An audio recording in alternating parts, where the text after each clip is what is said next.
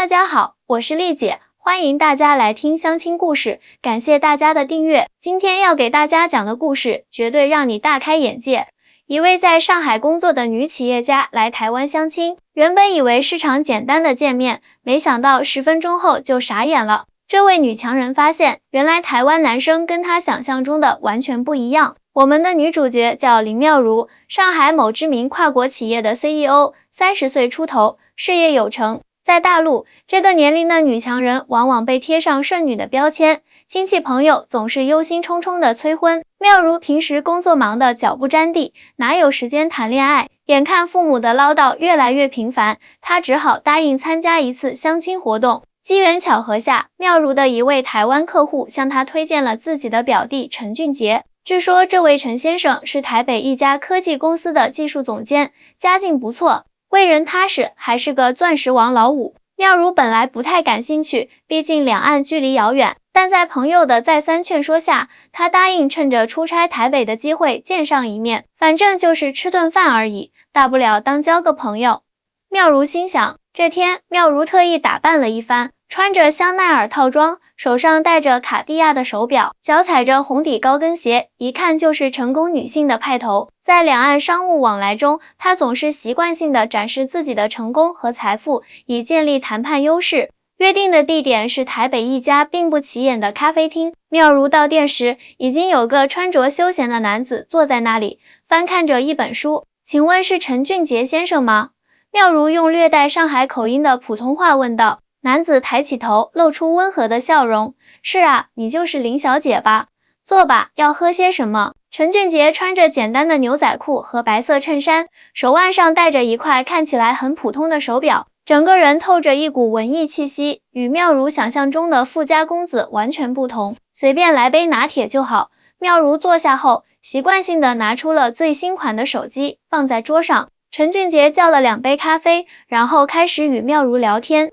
10分钟不到，妙如就惊讶地发现，这位台湾男士的思维方式和价值观与大陆的相亲对象截然不同。我看你的履历很厉害呢，在上海那么大的公司当 CEO， 一定很辛苦吧？陈俊杰温和地问。还好啦，就是忙了点。妙如谦虚地回答，心里却在想，这人怎么不问我年收入多少，房子买了几套？工作太忙的话，记得要照顾好自己的身体哦。我有个朋友也是做企业的，天天加班，结果35岁就高血压了。陈俊杰关心地说。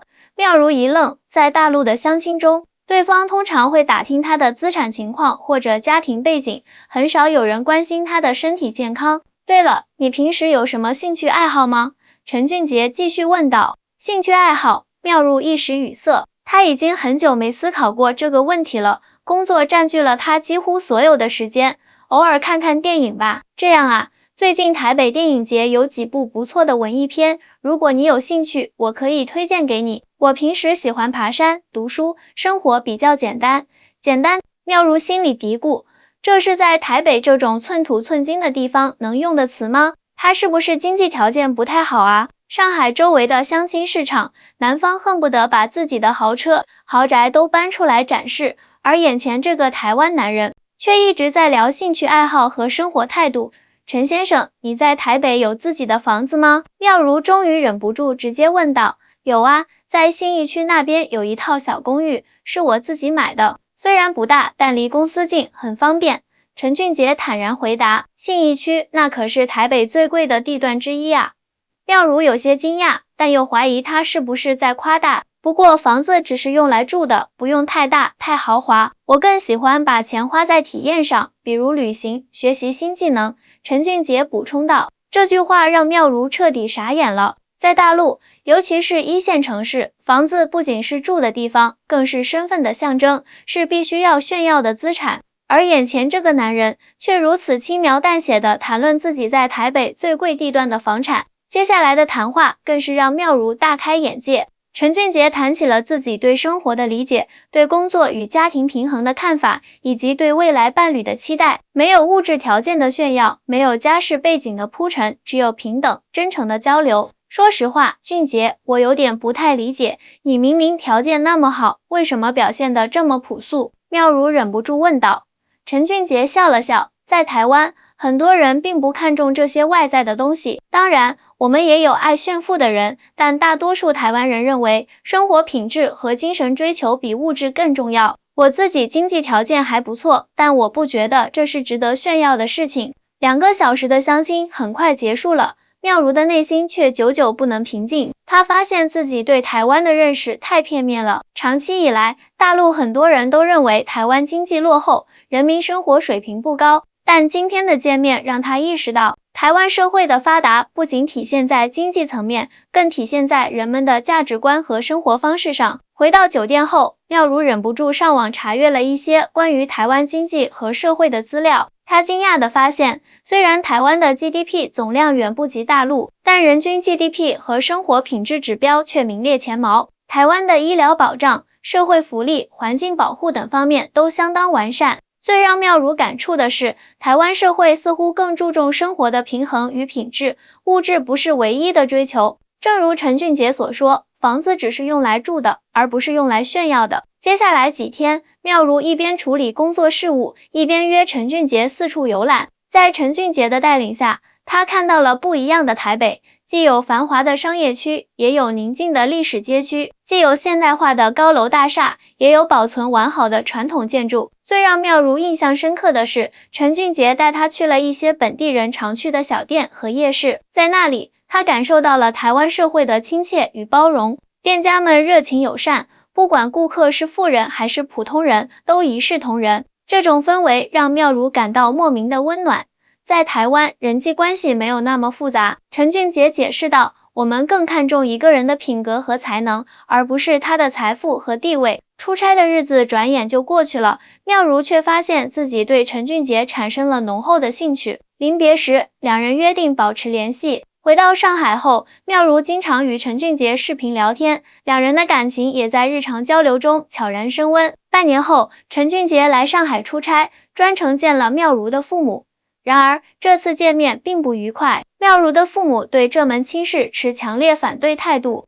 台湾那么远，经济也不如大陆发达，你去那里干什么？妙如的父亲皱着眉头说，而且现在两岸关系这么复杂，你们以后会很麻烦的。是啊，女儿，那边的男人最擅长甜言蜜语了，谁知道他是不是看上咱家的钱？母亲也忧心忡忡地说。妙如试图向父母解释台湾社会的真实情况，但多年形成的刻板印象很难在短时间内改变。父母始终认为台湾不如大陆发达，陈俊杰一定是冲着妙如的财富和地位而来。当妙如把父母的担忧告诉陈俊杰时，他没有生气，反而表示理解，这很正常，毕竟我们两地的了解还不够深入。不如这样，请伯父伯母来台湾住一段时间，亲眼看看这里的生活，再做决定。妙如觉得这个提议很好，便安排父母去台湾旅游。没想到这次旅行彻底改变了父母的看法。台湾的环境整洁，公共设施完善，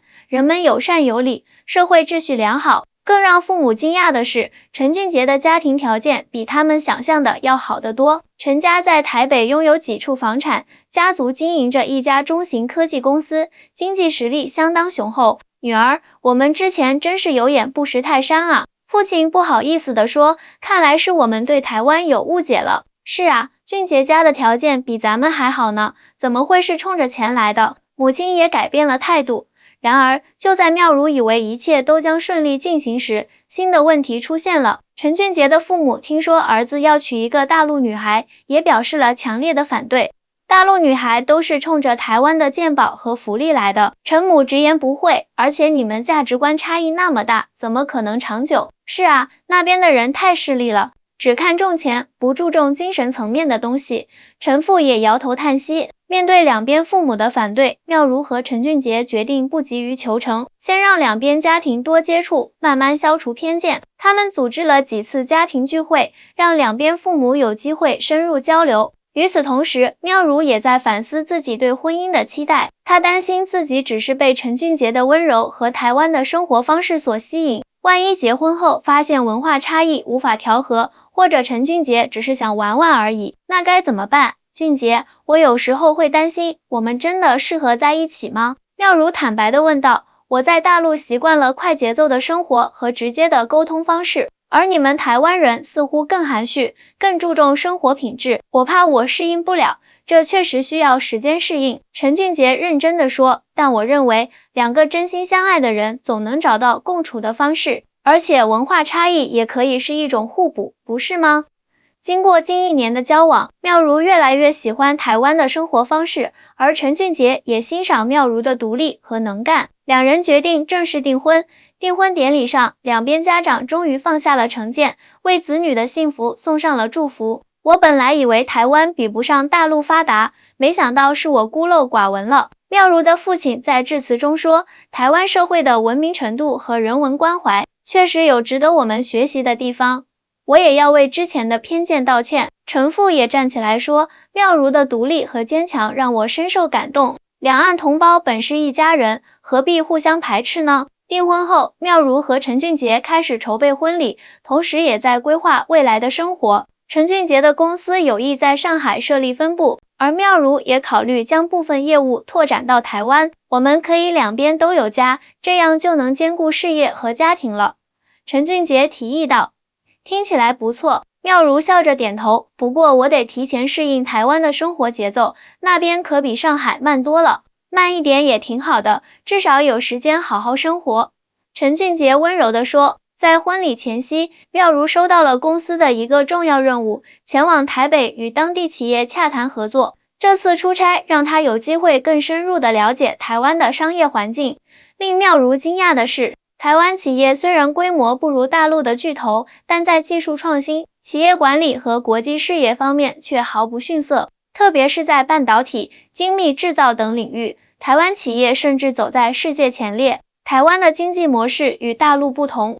陈俊杰解释道，我们没有那么多的人口红利和庞大的内需市场，所以更注重质量和效率，更早地融入了全球产业链。妙如点头表示理解，难怪台湾的企业这么注重创新和人才培养，这与我在上海的经验有很大不同。随着对台湾的了解越来越深入，妙如对未来的生活充满了期待。她相信，两岸的差异不是障碍，而是互补。不同的文化背景和价值观可以带来更丰富的人生体验。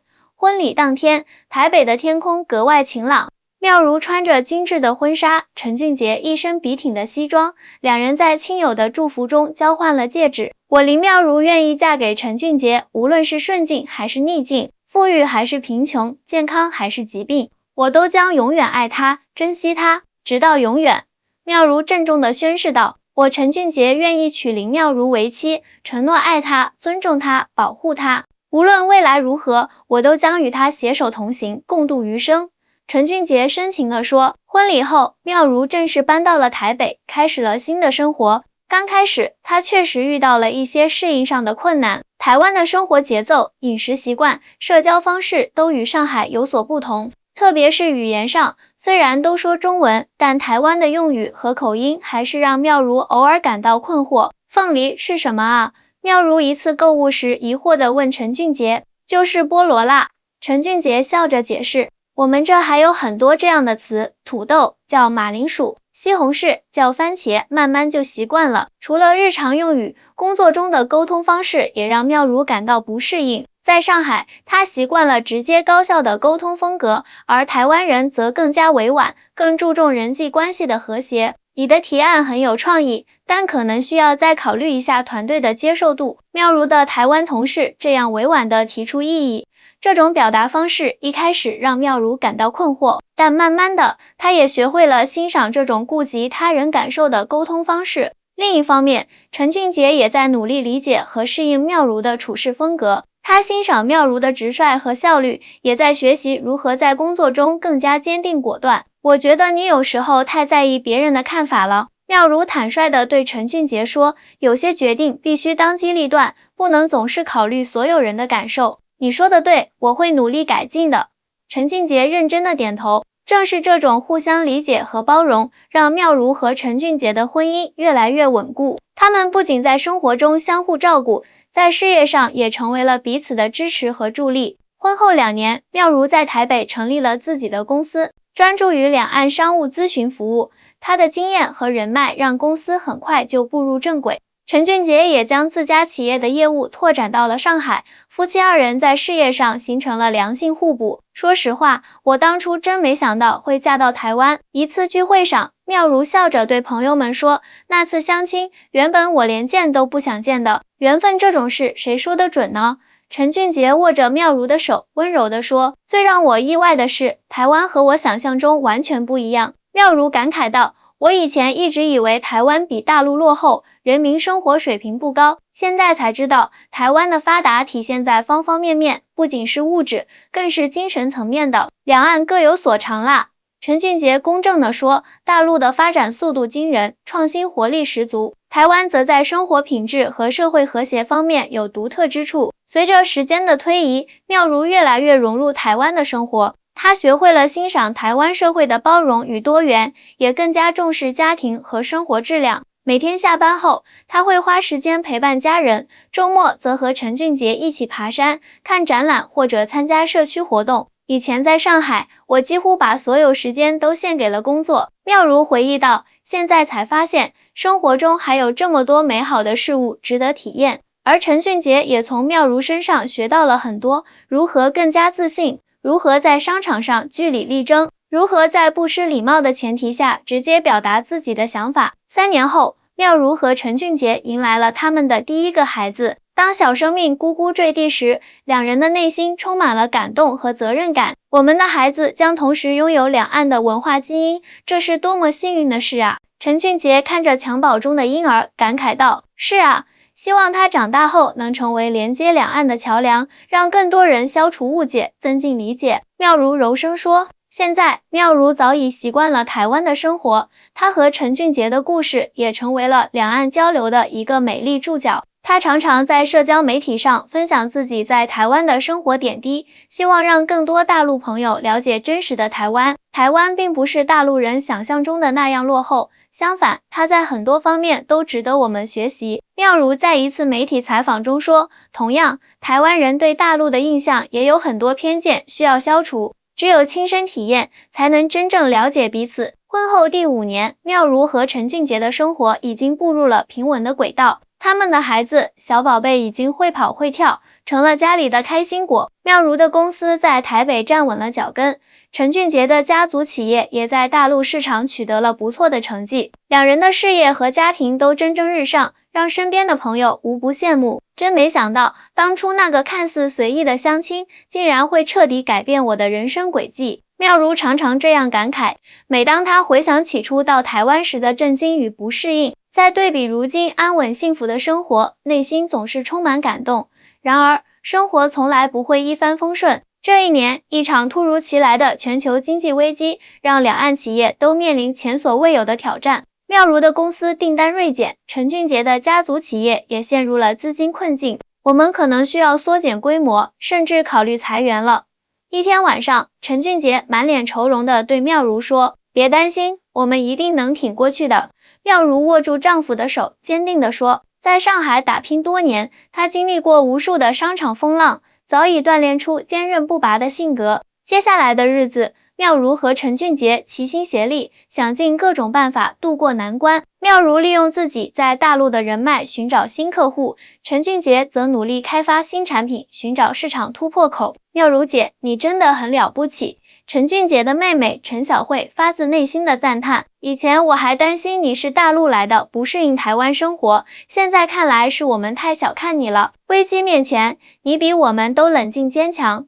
哪里，我只是经历的比较多罢了。妙如笑着摆摆手，再说了，有你哥这么优秀的人在身边，我当然不能拖后腿啊。经过半年的艰苦奋斗，妙如和陈俊杰终于带领2家公司走出了困境。这次危机不仅没有击垮他们，反而让两人的关系更加紧密，也让两边的家人更加认可妙如这个大陆媳妇。以前我还担心你们文化差异太大，婚姻会不稳定。陈俊杰的父亲有一次喝了点小酒，感慨地说：“现在看来是我多虑了，你比很多台湾女孩都要懂事坚强，谢谢爸爸。”妙如眼眶湿润。其实一开始我也担心自己适应不了台湾的生活，但现在我觉得两岸的差异并没有想象中那么大，最重要的是人与人之间的真诚相待。危机过后，妙如和陈俊杰决定带着孩子回上海探亲，顺便考察市场。